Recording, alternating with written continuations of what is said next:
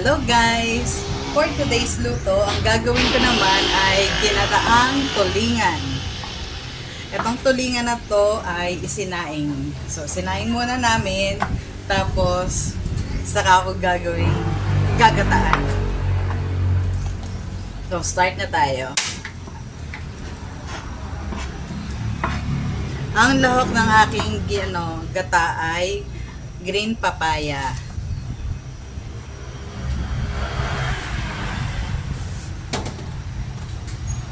So, maglagay na ako ng mantika.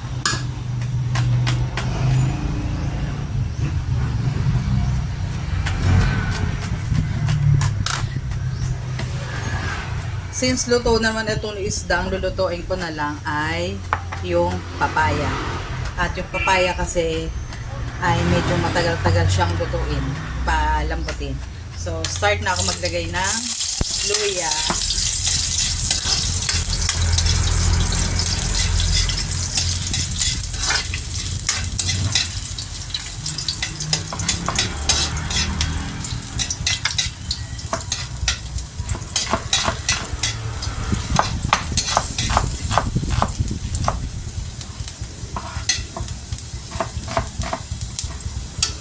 So next, lagay ko na ang sibuyas.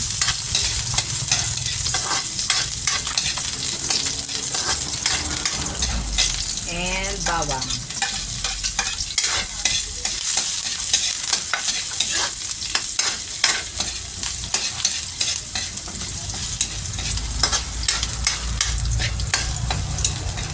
Igigisa-gisa ko lang ng konti itong aromatics.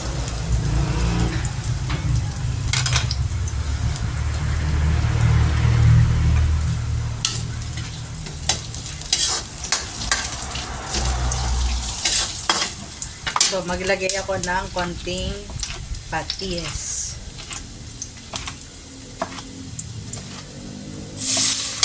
Para lang magkalasa ang papaya habang pinapalambot. So, ilalagay ko na itong papaya.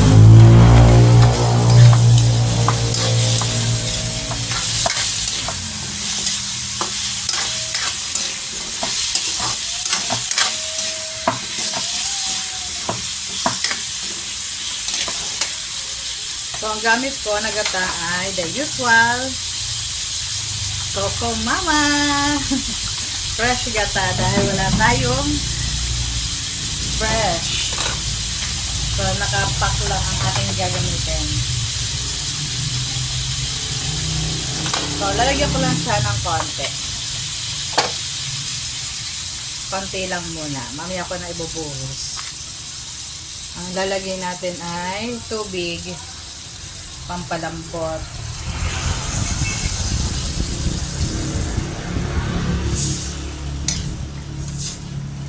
Yan.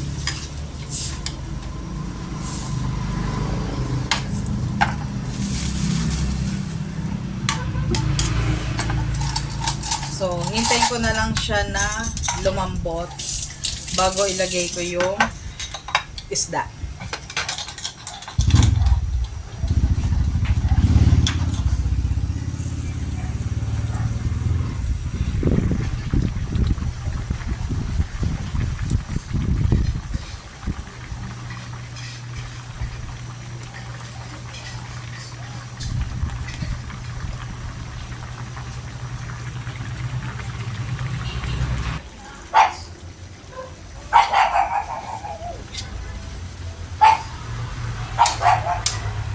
Medyo matigas pa. So, dadagdagan ko pa siya ng konting tubig.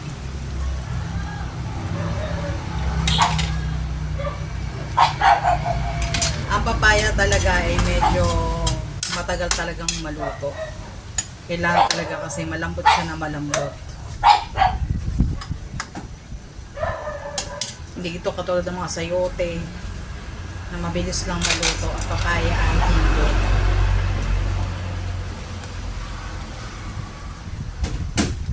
Medyo maano pa ko. Kailangan pa ng pakulo.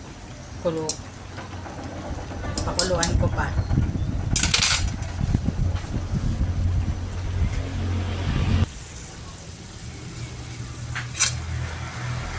Ayan. malambot na, medyo naiiga-iga na nga yung kanyang sabaw. So, ilalagay ko na itong sinaing na tulingan. So, isasama ko na rin itong sabaw.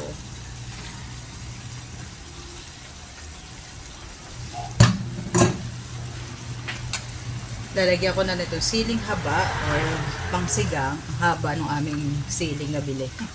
And ilalagay ko na yung lahat ng gata.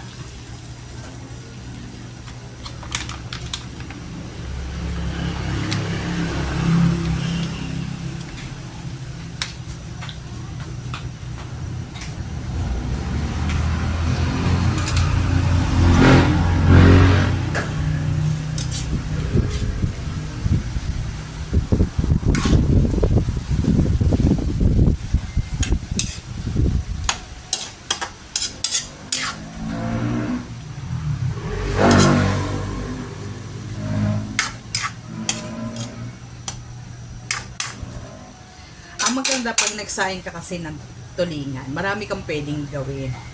Pwede kasi siyang ulam as sinaing. Pwede siyang gawing gata. O kaya pwede mo siyang iprito. Maraming ways na pwedeng gawin sa sinaing na isda. Kung paano mo siya kakainin. Hindi pala. So, lalagyan ko lang siya ng konting paminta.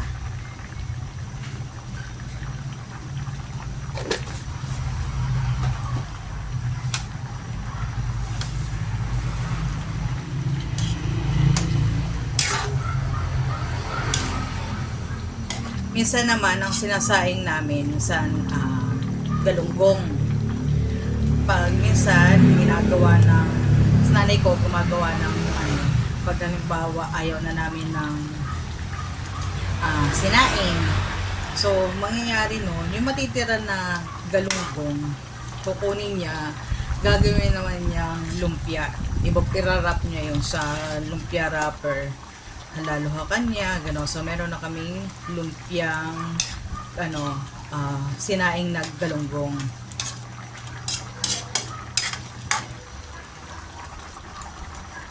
Pag nauumay na kami sa gata, gagawin naman namin Shanghai.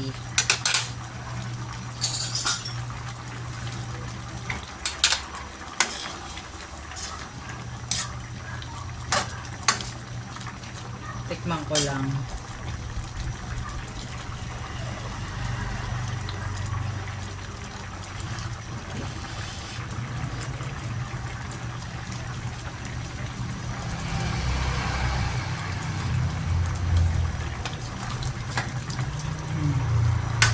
Pakuluan ko lang siyang mabuti.